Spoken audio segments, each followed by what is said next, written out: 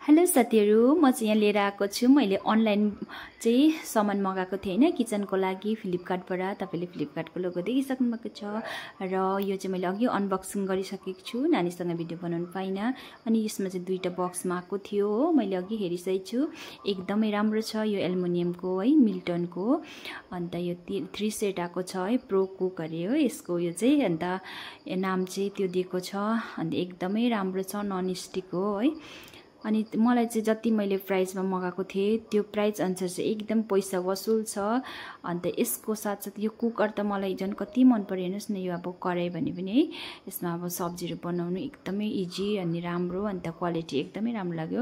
अब बेसी light weight पनि छैन, अलिक हेभी नै छ, राम्रो लाग्यो। अन्त हेर्नुहोस् न, त्यसको साथसाथमा 4टा पुनेहरू पनि आएको छ। अब जस्तो नन स्टिकलाई त अब उयो हुन्छ नि, स्क्रेच हुन्छ नि त है, उयोहरूले स्टिलले चलायो भने। अनि त्यसको लागि वुडको चाहिन्छ। अन्त हेर्नुहोस् न, मजाको प्लास्टिक होला यो चाहिँ हो सायद। अन्त त्यहाँदेखिको कति राम्रो आएको छ 3 सेट। हेर्नुहोस् त, यसको प्राइस सिर्फ 1400 मा। यति चाहिँ पैसा वसुल छ। तपाईहरु पनि